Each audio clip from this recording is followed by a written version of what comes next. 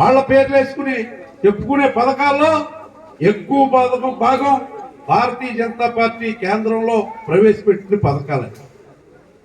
కాకపోతే ఏంటంటే చెప్పుకోవడంలోనే లోపం ఉంది. అది బయటికి తెలిస్తే భారతీయ జనతా పార్టీ పరిస్థితి ఈ రకంగా ఉండేది కాదని నేను అభిప్రాయపడుతున్నాను. ఈవేళ ఏదైతే ముగ్గురి కలయికతోటి మరి ఈవేళ రాష్ట్రం అంతా కూడా ఆనందంగా ఉందంటే కారణం ఏంటంటే జగన్మోహన్ రెడ్డి గారు 11 లక్షల కోట్ల రూపాయలు అప్పులు చేసేసి వదిలేసేట్టుగారు. మరి రేపు పొద్దున్న ఈ అప్పు తీర్చాలంటే ఖచ్చితంగా డెవలప్మెంట్ కావాలి. ఆ డెవలప్మెంట్కి ఎవరు అవసరం? మనకి భారతీయ జనతా పార్టీ అవసరం, నరేంద్ర మోడీ గారు అవసరం, అమిత్ షా గారు అవసరం. ఆ అవసరాల దృష్ట్యా మన అదృష్టం కొద్దీ ఈవేళ భారతీయ జనతా పార్టీకి మన నరసాపురం పార్లమెంటు ఇవ్వడం జరిగింది. కాబట్టి మరి శ్రీనివాస వర్మ గారిని అత్యధికమైన మెజార్టీతో గెలిపించాలంటే ఫస్ట్ ఓటు కమలానికి వేయాలి. కమలం గుర్తు మీద వేయాలి ఫస్ట్ ఇచ్చిన ఓటు. రెండో ఓటు మరి గ్లాసు గుర్తు నా మిత్రుడు బొలిశెట్టి శ్రీనివాసరావు గారికి వేయాలి. మరి వేళ ఇలాంటి కార్యక్రమాలకి ఎన్నో చేసుకుందాం. ఈ గ్రామానికి 2014 నుంచి 2019 దాకా ఏం జరిగింది, ఎన్ని రోడ్లు సిమెంట్ రోడ్లు వచ్చినాయి, ఇవన్నీ కూడా మీకు తెలుసు. ఈ చుట్టుపక్కల గ్రామాలన్నీ కూడా ఆ రోజున నరేగా పథకాలతోటి అన్ని రోడ్లు వేయించుకున్న పరిస్థితి. కానీ ఈవేళ జగన్మోహన్ రెడ్డి గారు వచ్చిన తర్వాత పంచాయతీలో ఉన్న డబ్బులు కూడా దోచుకున్న దోపిడీ దొంగలా వ్యవహరిస్తున్నారు. మరి ఇంకేంటి, మరి కేంద్ర ప్రభుత్వం ఇచ్చే 14th ఫైనాన్స్ 15th ఫైనాన్స్ డబ్బులన్నీ కూడా మరి ఒక్క పంచాయతీకి రాకుండా దోచుకున్న పరిస్థితి ఎన్ని. కాబట్టి గుర్తుంచుకోండి, సమయాభావం వల్ల చాలా తక్కువ విషయాలు చెప్పాను.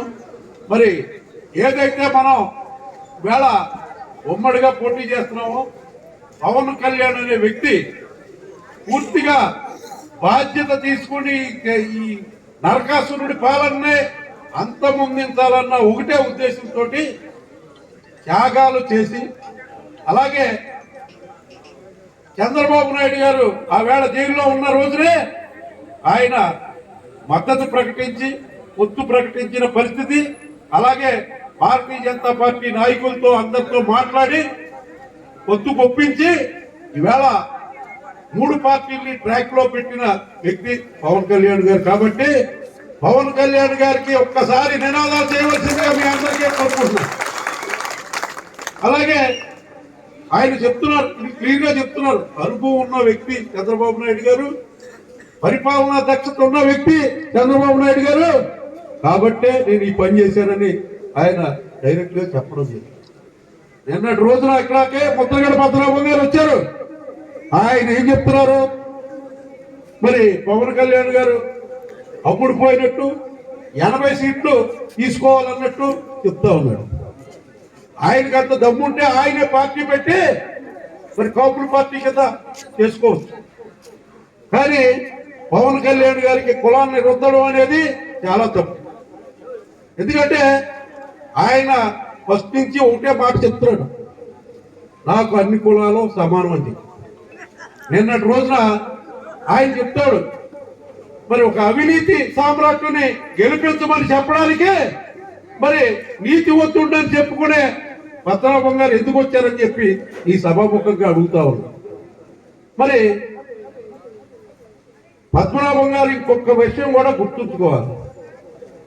మరి మీరు ఆ మధ్యన ఒక 2 నెలల క్రితం నేను జనసేనలో కానీ తెలుగుదేశంలో కానీ చేరతానన్నారు. వైసీపీ పార్టీకి అసలు వెళ్ళన్నారు. మరి మీకు ఏం ముట్టిందని చెప్పి మీరు వైసీపీలోకి వెళ్ళారని చెప్పి ప్రజలంతా అడుగుతూ ఉన్నారు. మిమ్మల్ని అలా అడుగుతూ ఉంటే, మిమ్మల్ని తొలకరి చేస్తూ ఉంటే, పెద్ద మనిషి లాంటి మిమ్మల్ని మేము దగ్గరలో నుంచి మిమ్మల్ని చూసాం, మీకు కూడా తిరిగాం. ఈ రోజున మేమందరం కూడా సిగ్గుపడే పరిస్థితులు మీరు తీసుకొచ్చినందుకు చాలా విచారిస్తున్నాను. ఈ రకంగా మరి ఈ అవినీతి పరులను గెలిపించడానికి మీరు మళ్ళీ రావద్దని చెప్పి ఈ సభాముఖంగా నేను పద్మనాభం గారిని కోరుకుంటున్నాను. ముఖ్యంగా ఈవేళ కరోనా సమయంలో ఇక్కడున్న ప్రజాప్రతినిధి విషయం ఒక్క మాట చెప్పేసి నేను ముగిస్తాను. కరోనా సమయంలో ఇక్కడ మన జర్నలిస్టుల సంఘం ఉభయ రాష్ట్రాల అధ్యక్షులు దోసరపూడి సోమసుందర్ గారు ఇక్కడ మున్సిపాలిటీలో ఈ క్యావెంజర్స్ అందరికీ కూడా ప్రాతినిధ్యం వహిస్తారు. ఆయన నా దగ్గరికి ఫోన్ చేసి ఆ కరోనా టైంలో 450 మంది ఉన్నారు, వీళ్ళందరూ కూడా జీతాలు లేక అలమటిస్తున్నారు, నిత్యావసర వస్తువులు నువ్వు ఇస్తే బాగుంటుందని చెప్తే నేను ఎన్ని ప్యాక్ చేయించి వాళ్ళందరికీ ఇస్తాకే వాళ్ళందరినీ రాకోకుండా ఒక 50 మందినే రమ్మని మిగతాది వ్యాన్లో లోడ్ చేసుకుని వెళ్ళిపోయారు. వెళ్తే